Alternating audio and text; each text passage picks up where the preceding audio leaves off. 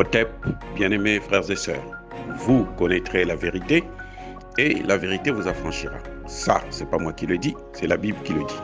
Mais moi, je vous dis mieux. Vous connaîtrez la vérité historique, notamment celle de vos ancêtres kémites, et vous aurez une vision globale de ce que c'est que la vraie souveraineté politique. J'ajoute, vous reviendrez à la spiritualité africaine ancestrale et vous comprendrez les enjeux de l'indépendance économique. Et pour terminer, vous accepterez votre identité culturelle kémite et vous obtiendrez deux choses. La première, c'est la paix. La seconde, c'est le développement, à une condition. L'unité de toute l'Afrique noire, l'unité de tous les Noirs du monde entier.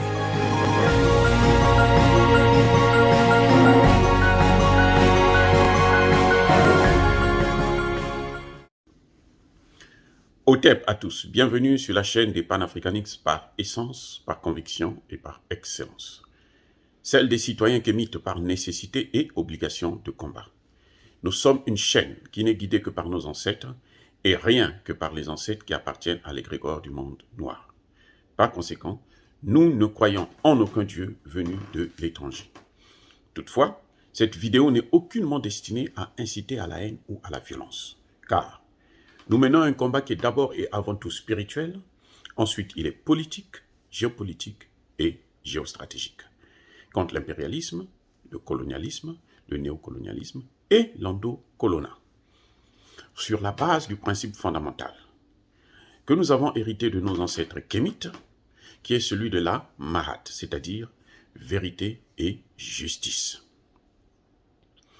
Vous êtes donc en droit de connaître la vérité, et nous avons l'obligation de vous dire la vérité et rien que la vérité, afin que justice soit rendue à l'Afrique.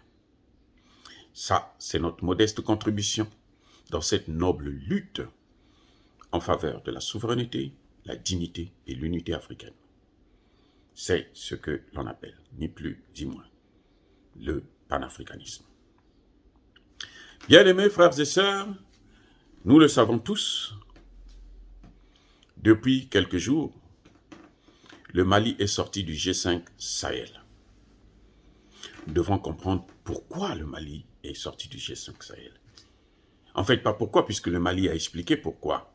Puisqu'on n'a pas le Mali qui devrait assurer la présidence du G5 Sahel, la présidence tournante, bien entendu, on ne lui a pas permis. Le Tchad n'a pas voulu lui céder le témoin à la demande de la France. La France a fait pression pour que le Tchad puisse garder la présidence du G5 Sahel.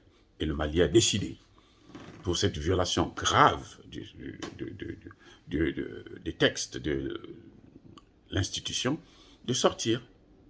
C'est aussi simple que ça. Et alors, pourquoi la France a-t-elle refusé d'accorder au Tchad de céder le témoin au Mali?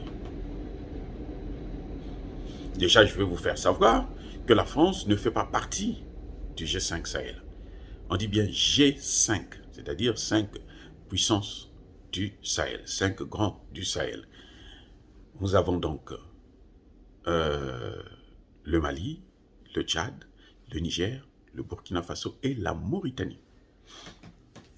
Et le G5 Sahel, c'est une institution 100% africaine, sahélienne. 100%. Ce sont les anciens présidents de ces 5 pays dont je venais de citer qui avaient décidé de créer cette institution pour contourner justement la France. Ça a été créé pour contourner la France. Et la France a tout fait pour récupérer le G5 Sahel pour elle. Elle est devenue la patronne. C'est elle qui a dicté l'agissement du Tchadien. Et c'est elle qui l'a fait aussi au niveau de la CEDEAO. C'est-à-dire qu'elle contrôle la CEDEAO et elle dicte ce que doit faire la CEDEAO. Quelles sont les positions que la CEDEAO doit prendre, quelles sont les décisions que la CEDEAO doit prendre. C'est fini avec le Mali. Je vais d'abord vous dire pourquoi exactement. Pourquoi la France va-t-elle refusé de céder au Mali la possibilité de gérer le G5 Sahel. Et après, nous allons analyser pourquoi, quel est l'avantage pour les 5 pays du G5 Sahel. Alors, qu'est-ce qui se passe, mes amis? La France n'a pas décidé d'empêcher au Mali de gérer le G5 Sahel parce qu'elle est en conflit avec le Mali, non. Parce qu'elle a perdu le Mali, non. Jusqu'à preuve de contraire, elle n'a pas encore perdu le Mali. Elle a la force des Nations Unies qui est là, qui travaille pour elle. Elle a le Mali qui continue à utiliser le franc CFA. Donc, elle a encore la force de contrôler les moyens d'existence du Mali. Et puis, Barkhane n'est pas encore parti. Barkhane est encore là.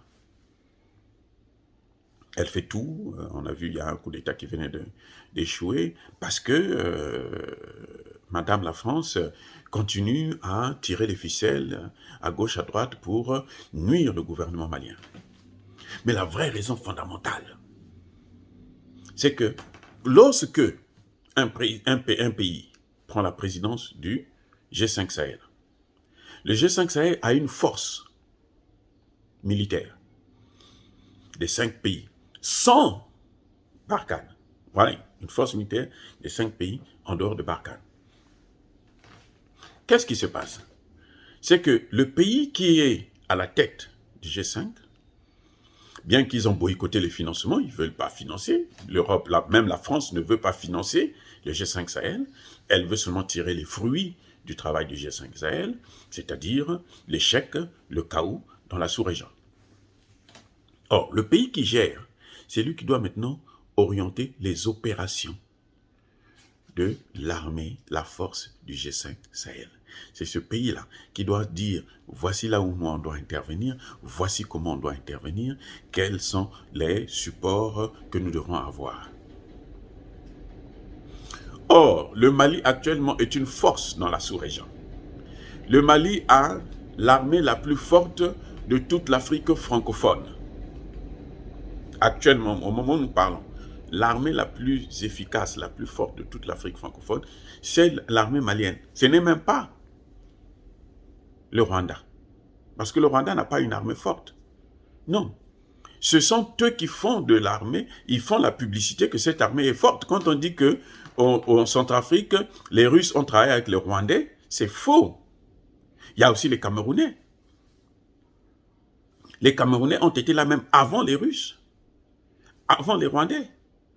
Mais ils choisissent de minimiser l'action du Cameroun pour faire de l'action du Rwanda une grosse, faire un tapage médiatique, c'est tout.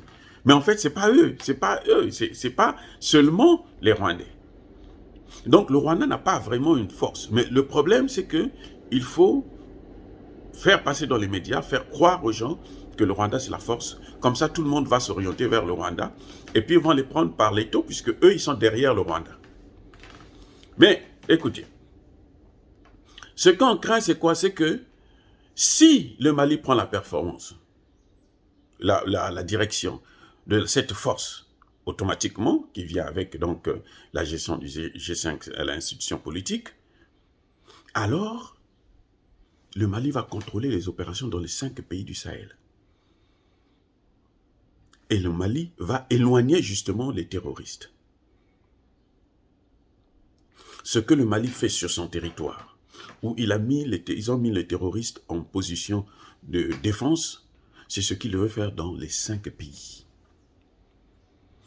Et ça devrait donner une idée, motiver les autres pays de la sous-région de regarder, mais où est-ce que le Mali a eu ses armes, comment elle a eu cette technique, et quelles sont les motivations.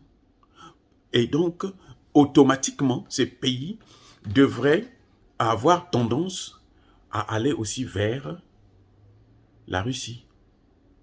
Donc, en fait, si la France s'y est opposée farouchement, c'est parce qu'elle se dit, si le Mali prend le G5 Sahel, eh bien, les 4 autres pays là, ou bien les 3 autres ou 2 autres pays, vont aussi s'orienter, demander l'aide de la Russie pour avoir des armées aussi efficaces et lutter efficacement contre le terroriste. Et s'ils luttent efficacement contre les terroristes, nous, Français, nous n'aurons plus de place.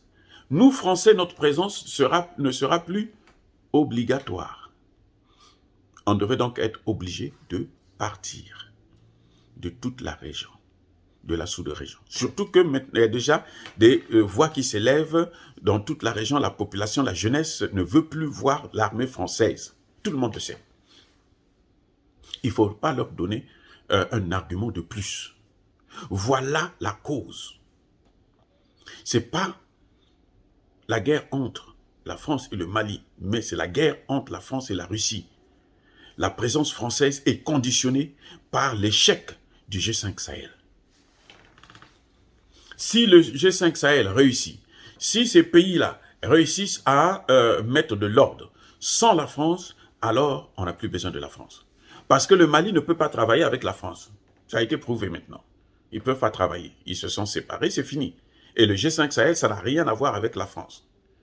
Le Mali n'a même plus besoin de services de renseignement de la France. Parce que le Mali a son propre service de renseignement. C'est pour ça qu'il arrive à reconnaître que la France est en train de l'espionner et ainsi de suite. Donc, vous voyez là maintenant que, en fait, c'est la peur de voir les autres pays s'orienter vers la Russie. C'est trop tard. Quel est l'avantage maintenant pour ces 5 pays? Ben, écoutez, le Tchad et le Mali rendent service au G5 Sahel parce qu'on met à nu que si le G5 Sahel ne fonctionne pas, ce n'est pas à cause des pays africains, mais c'est à cause de la France qui est au-dessus, qui veut faire le paternalisme, qui fait le bourreau. Et c'est ça la grande leçon à tirer. Le G5 Sahel échoue, il est mort là, pratiquement il est mort. Il n'y a pas de G5 Sahel s'il n'y a pas le Mali, puisque toute la base était au Mali. Tout se trouvait au Mali. La base des terroristes était au Mali. Donc la vraie guerre se ferait au Mali. Le Mali est sorti. C'est fini. Même les terroristes sont en débandade. On est en train de leur chercher une place au Niger, mais ça ne va pas être aussi facile que ça de déménager.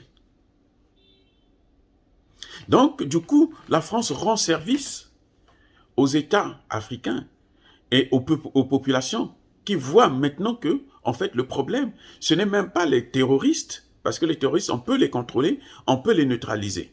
Mais le problème, c'est la France. Et le vrai terroriste qu'il faut craindre, qu'il faut combattre maintenant avec toute vigueur, c'est ni plus ni moins la France.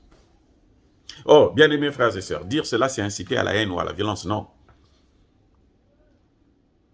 Nous sommes une force tranquille, on assume nos propos. Yaba Kolerve Yamalembe. Soyez bénis par le Dieu des Kémites. J'ai dit.